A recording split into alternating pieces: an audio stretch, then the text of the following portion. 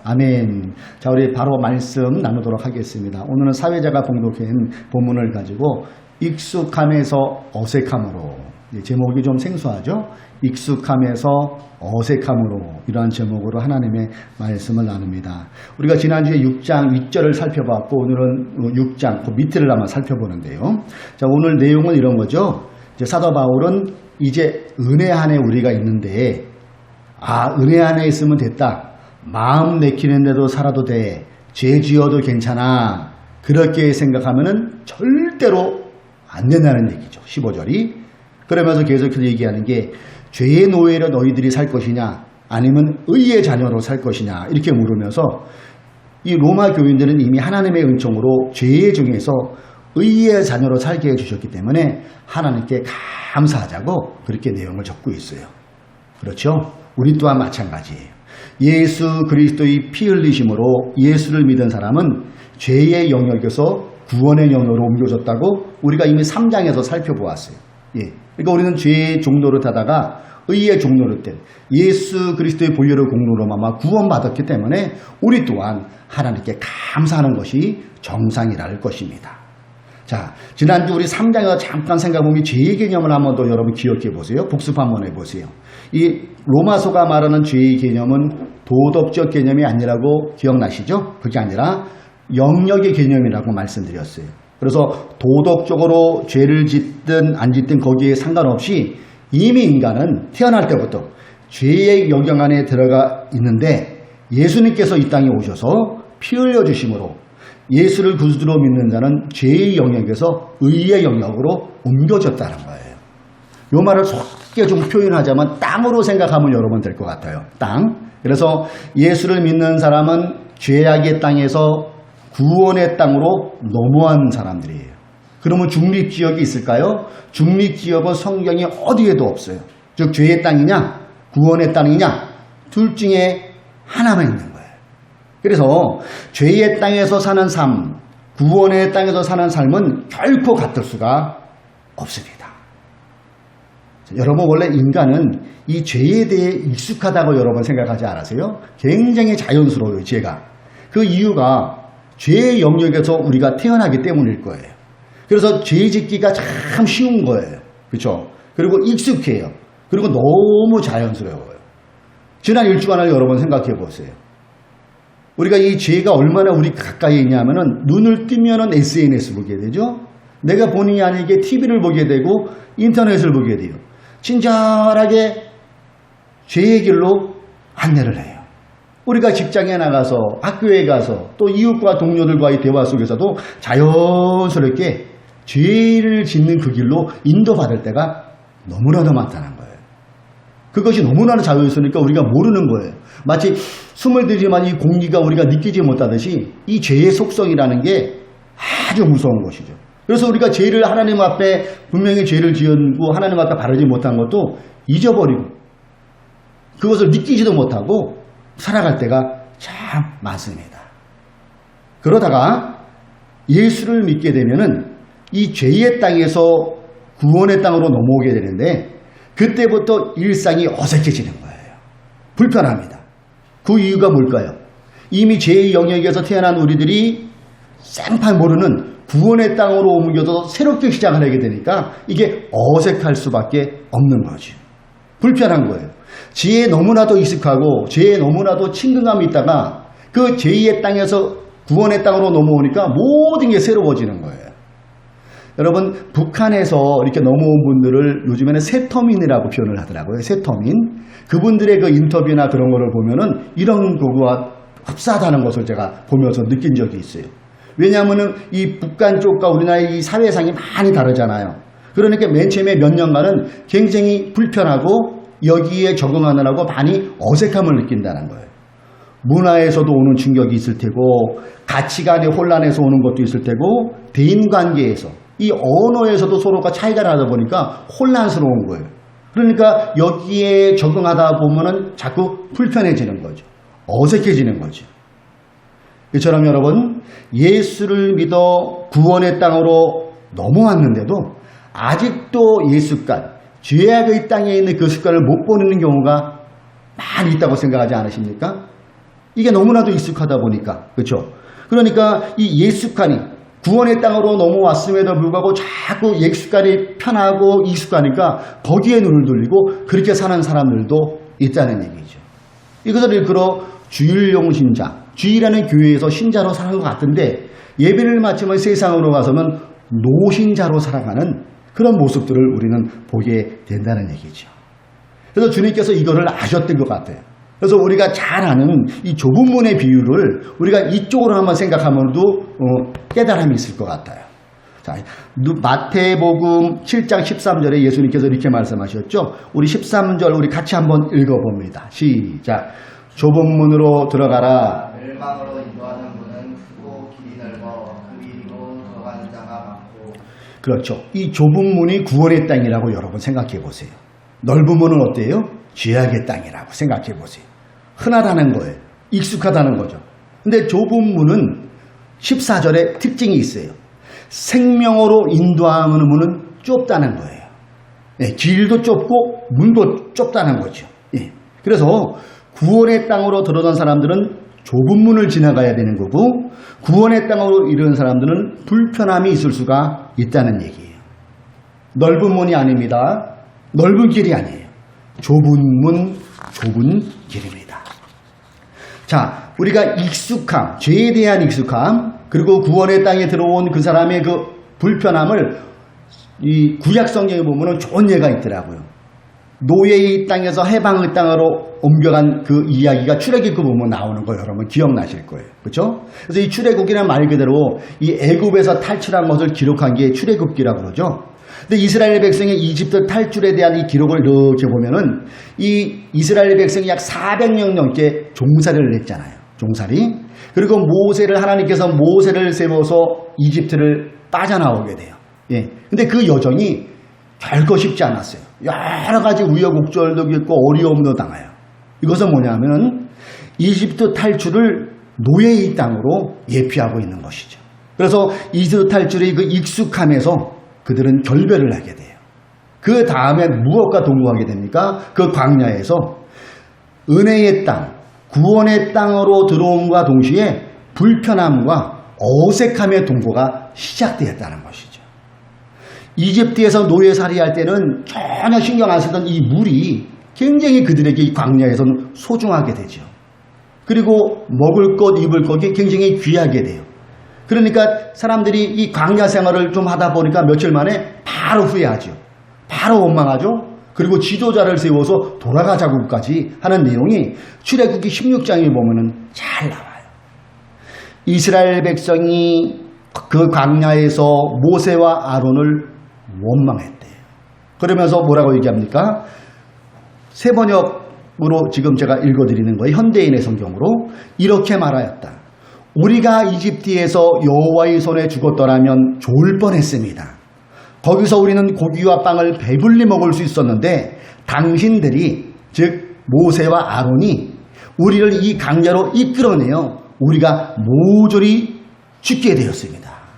이렇게 원망을 하게 됩니다. 그러면서 민수기로 넘어가면 이렇게 되죠. 자, 우리 민수기 14장 4절은 같이 한번 읽어봅니다. 시작. 그리고 그들은 지도자를 뽑아 세우고 이집트로 돌아가자 하고 서로 외쳐댔다. 상황이 연상이 되시죠? 이집트에서 종살이 할 때는 그냥 주인이 하라는 대로 하면 됐어요. 그러면은 밥 한 물 먹고 가끔 가다 고기도 얻어 먹을 수 있었어요. 그리고 그들의 광야에서 이 물 때문에 애를 먹지만은 그 물은 어디서나 구할 수도 있었던 게 이집트의 생활이었다는 거예요. 무엇을 말합니까? 이집트에서의 종살이 400년의 세월이 이들을 노예 생활로 익숙해지게 된 거예요. 이것을 우리가 오늘 본문을 읽어봐봐 대비시켜 보십시오. 제 생활이 이래요. 익숙합니다. 편합니다. 예. 그러면서 이 이스라엘 백성들이 이집트를 그리워한 것처럼 구원의 땅으로 들어왔음에도 불구하고 그 익숙함 때문에 아직도 옛 습관을 못 버리고 살아가는 우리의 모습이 아닌가를 이 출애굽 사건을 통해서 우리는 생각해 볼 수가 있다는 얘기죠. 노예의 땅에서 해방의 땅으로 넘어올 때, 죄의 영역에서 구원의 영역으로 넘어올 때 이러한 현상이 발생될 수 있다는 얘기죠. 여러분, 우리는 예수를 믿으면 모든 게 다 잘 된다고 그렇게 많이 알고 있어요.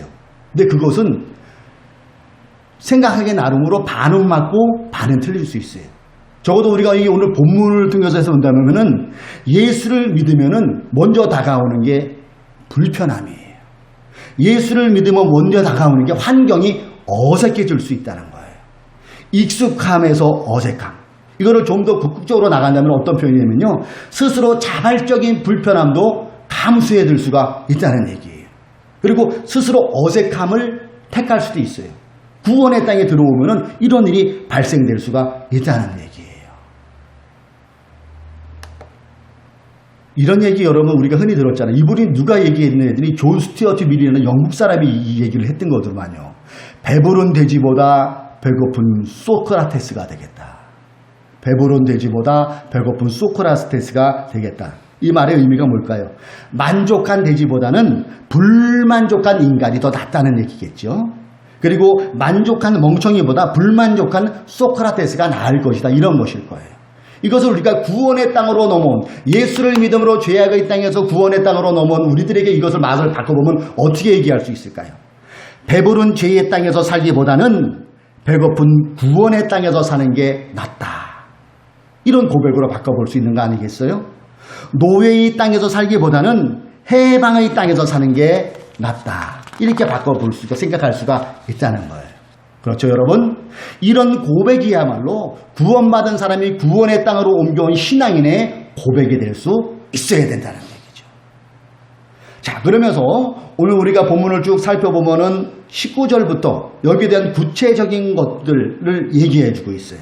그래서 이 죄에 대한 익숙함에서 자발적 불편, 자발적 어색함을 통해서 이 사도 바울은 무엇을 추구하냐고 얘기하냐면은 거룩함의 삶으로 바꾸어 나갈 것을 얘기해 주고 있어요.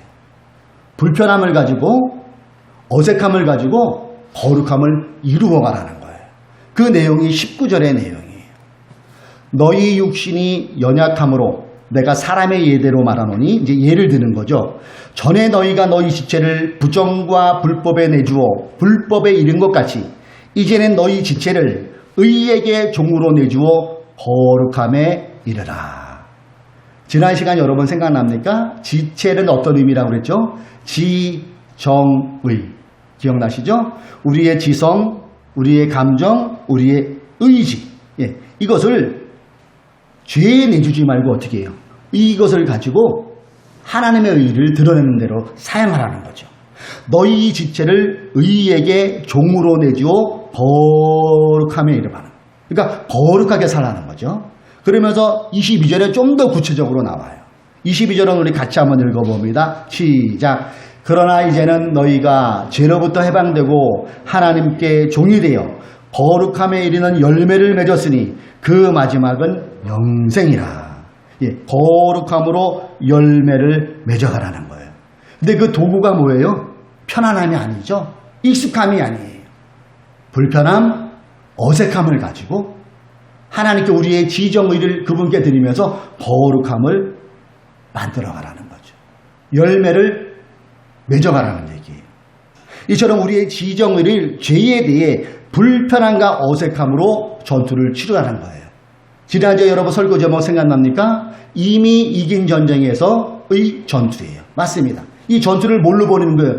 불편함이 무기가 되어야 되고 어색함이 무기가 되어야 된다는 것. 이것을 가지고 어떻게 해요? 거룩함을 이루어내고 더 나아가 열매를 맺을 수 있는 사람이 되는 게 구원의 땅으로도 살아가는 사람의 모습이라는 것을 본문 19절과 22절에 우리에게 말씀하고 있다는 얘기죠. 자, 우리가 거룩함 하면은 여러분 아실 거예요. 구별됨, 이런 의미죠. 구별된다는 거예요. 그리고 거룩함이라는 것은 다름, 다르다, 이런 의미도 있더라고요. 그러니까 이 두 개를 붙여보면 어떻게 돼요? 죄와 구별되어 달라지라는 거예요. 이게 거룩함이라는 거예요. 죄와 구별되어 달라져. 그리고 이것으로 열매로 이어져야 한다는 얘기죠. 여기에 대한 구체적인 것이 로마서 13장에 나오더라고요. 로마서 13장 13절로 14절 말씀을 보면은 죄와 결별한 달라진 모습이 기록되어 있어요. 낮에 행동하듯이, 낮에 현대인의 성경으로 제가 읽어볼게요. 낮에 행동하듯이 단정하게 행합시다. 호세한 연애와 술 취함, 음탕과 방탕, 싸움과 시기에 빠지지 맙시다. 낮에 행동하듯이 단정하게 행하래요. 여러분이 이것을 이 사도 바울이 예를 들은 건데, 낮에는 우리의 행동이 좀 사람들을 의식하게 되지요. 이처럼 우리의 삶이 어떻게 해요? 늘 하나님 앞에서 우리를 의식해야 된다는 거예요. 그래서 우리의 생각이나 우리의 모든 행동이 단정해야 된다는 것을 얘기해 주고 있어요. 그런 사람들은 연애와 술 취함에 빠지지 않는다는 거죠. 이게 거룩한 모습으로 나타난다는 거예요. 음탕과 방탕으로 빠지지 않는다는 거예요. 싸움과 시기에 빠지지 않는다는 얘기죠. 그러면서 이렇게 말씀해요. 같이 읽습니다. 시작. 주 예수 그리스도로 옷을 입으십시오. 정욕을 채우려고 육신의 일을 꾀하지 마십시오. 주 예수 그리스도 믿는다는 건 뭘까요? 성령으로 충만함을 얘기하는 걸까요? 정욕을 채우려고 육신의 일을 꾀하지 맙시다가 뭐예요? 지난주에 또 살펴봤잖아요. 욕심을 따라 살아가지 않는다는 거예요. 욕심을 따라 살아가지 않을 때에 우리가 거룩함을 이루는 그러한 모습으로 살아갈 수가 있고, 구원의 땅으로서의 달라진 하나님의 자녀다운 그런 삶을 살아갈 수 있다는 얘기죠. 여기에서 여러분에게 이러한 거룩한 모습, 그리고 거룩한 땅, 의의 땅으로 넘어온 사람들의 취지적인 훈련 장소를 소개해 드릴게요. 그것이 여러분 어디라고 생각합니까? 이 자리예요. 교회라는 공동체가 이러한 거룩함으로 가는 훈련의 취적지라는 얘기죠. 소위 제자훈련, 제자양육이 우리 한국교회한테 바람이 엄청 분 적이 있어요. 그렇죠? 지금은 약간 잠잠한 것 같은데, 근데 그들이 소위 제자양육, 교회에서 제자 그 훈련 그렇게 내거는데, 타이틀은 내거는데, 그 내용을 이렇게 보면은 목사에게 절대 순종하면 복받는다는 거. 그리고 세상 일 보는 교회에서 봉사하면 하나님이 여러분의 자녀를 잘 된다는 거. 이런 쪽으로 많이 유도한 것을 우리가 부인할 수 없는 사실이에요. 그러나 엄격한 의미에서 말씀을 근거로 볼 때 그것은 제대로 된 제자 양육이 아니죠. 진짜 제자 훈련은 서로 함께죠. 서로 함께 어떻게 해요? 진리의 말씀은 이 성경을 산으로 따지면 등산하면 베이스 캠프 삼는 거예요. 그렇죠? 그래서 구원의 땅으로 옮겨온 우리들이 이 교회라는 공동체에서 공부하는 거예요. 말씀을 나누는 겁니다. 또 훈련하는 거예요. 또 서로 간의 다름을 인정하면서 서로 함께 고민하면서 기도로 나아가는 거예요. 예. 그래서 그 속에서 어떻게 해요? 구원받은 자, 즉 은혜의 땅, 구원의 땅으로 넘어온 사람들의 삶의 형식, 삶의 모양, 삶의 교제, 삶의 언어를 같이 나누면서 훈련하는 장소가 이 교회라는 공동체예요. 그래서 여기에서 훈련하고 서로 함께 기도하면서 이걸 나가지고 어디에다 구현을 냅니까? 우리의 일상에서, 우리의 일터에서 이것을 구현해내는 것. 이것이 진정한 제자훈련의 모습이죠. 우리가 다음 주부터 광고하셨지만은, 세상을 사는 그리스도인, 이것을 왜 공부할까요? 똑같은 이유지요. 그래서 우리 교회 내에서 하나님의 말씀을 나누고, 하나님의 나라와 또 이 세상의 나라가 어떻게 우리가 대처해야 되나, 그런 것도 성경을 근거해서 공부하고 이것을 세상에 나가서 구현해내고 실천으로 이어져 나갈 때에 하나님의 나라가 점점점 확대되는 그런 은총과 은혜를 우리가 또한 체험하는 은혜가 임한다는 얘기지요. 죄의 땅에도 여러분 주인이 있어요. 구원의 땅에도 주인이 있어요. 아시겠죠? 죄의 땅의 주인은 사단이죠. 착취하고 도적질하고 멸망시키려는 그런 것이 죄의 땅에는 사단의 하는 일이에요. 그러다면 구원의 땅에서의 새로운 주인은 누구일까요? 예수 그리스도. 예수 그리스도가 우리 구원의 땅의 주인 되시는 거예요. 그래서 그분은 우리를 노예 취급 안 해요. 인격체로 대해 주십니다. 강요할까요? 강요하지도 않아요. 우리를 친구를 넘어 자녀로 대해 주신대요. 그리고 일일이 부모님처럼 잔소리 할까요? 안 할까요? 잔소리 안 하세요. 오히려 자발적인 것을 기다려주세요. 그리고 내 스스로 결정할 시간도 주시는 분이에요. 또한 내가 감당해야 할 능력도 주시고 언제나 성령께서 거룩함으로 가는 그 일에 동행해 주시고 우리를 도와주시는 분이 바로 예수 그리스도라는 거죠. 제가 책 소개를 하나 하는데, 제가 지난주에 이 책을 다는 읽지 않았는데, 걷는 사람 하정우, 이 책을 이분이 그냥 어디서나 읽어도 좋더라고요. 이렇게 에세이, 굉장히 걷는 걸 좋아하는 분인데 여기서 느낀 일상을 에세이식으로 이렇게 썼는데 참 와닿는 거, 끄떡끄떡하는 그런 부분도 많이 있어요. 근데 그 중에 제 눈길을 끄는 게 이 부분이에요. 제가 한번 읽어드릴게요. 몸이 비만할 때는 많이 걸으면 발목, 무릎, 골반, 허리까지 차례로 아프다가 팔이 저리고 손발이 붓는 경우까지 있다고 한다. 많은 이들이 이 단계에서 포기하고 걷기를 중단하는데 사실 이럴수록 더 걸어주어야 한다. 꾸준히 걷다 보면 이런 통증들이 조금씩 풀리고 살도 빠지기 시작한다. 그러다 하체가 아주 상큼해지는 순간이 온다. 예, 걷기에 대한 아주 그 긍정적인 것을 이렇게 잘 썼어요. 오늘 말씀을 여기에다 한번 대비입해 보면 좋겠어요. 죄를 따라가는 길은 편하대도요. 죄를 따라가는 길은 익숙해요. 반대로 구원의 땅에서 의를 이루어가는 길은 불편해요. 어색합니다. 그래도 우리가 여기에 굴하지 않고 자꾸 옛 습관을 그리워하지 말고 꾸준히 인생의 길이라는 길을 걷다 보면은 근육이 붙고 살이 빠지는 것처럼 꾸준히 불편함을 한번 감수해 보세요. 꾸준히 죄의 익숙함을 거부해 보세요. 그러면은 어느 순간 임계점에 다다르게 되고 죄의 땅에서의 삶의 형태가 변하여 구원의 땅에서 이 삶의 형태로 바뀌어진 내 자신을 발견할 수 있다는 거예요. 구원받은 자로서의 삶의 형식이 바뀌어져 있는 모습, 삶의 모양, 삶의 교제, 삶의 언어가 하나님의 형상으로 바뀌어져 있는 그것을 어느 순간 내가 발견해낼 수 있다는 얘기죠. 어디 이뿐인가요? 그 변해진 그 모습을 통하여 죄악의 땅에서 구원의 땅으로 넘어오는 그 누군가를 또 넘어오게 하는 그 은총의 도구로 우리가 사용되어 줄 수 있는 그 영광이 우리에게 부여해 줄 수 있다는 얘기죠. 그러면서 오늘 로마서 23장은 결론을 내줘요. 죄의 땅에서 걸어가는 사람의 종착지는 어디인가? 구원의 땅의 사람들에서 걸어가는 종착지는 어디인가를 로마서 23장이 우리에게 딱 방점을 찍어줘요. 현대인의 성경 같이 한번 읽어봅니다. 그 방점이 여기에 있어요. 같이 한번 읽어봅시다. 시작. 죄의 대가는 죽음이지만 하나님께서 거저 주시는 선물은 우리 주 예수 그리스도와 있는 영원한 생명입니다. 죄의 삭은 사망이라고 오늘 성경에는 말해요. 대가죠, 대가. 우리가 죄악의 땅에 있는 그 쭉 가는 그 결론은 사망일 수밖에 없어요.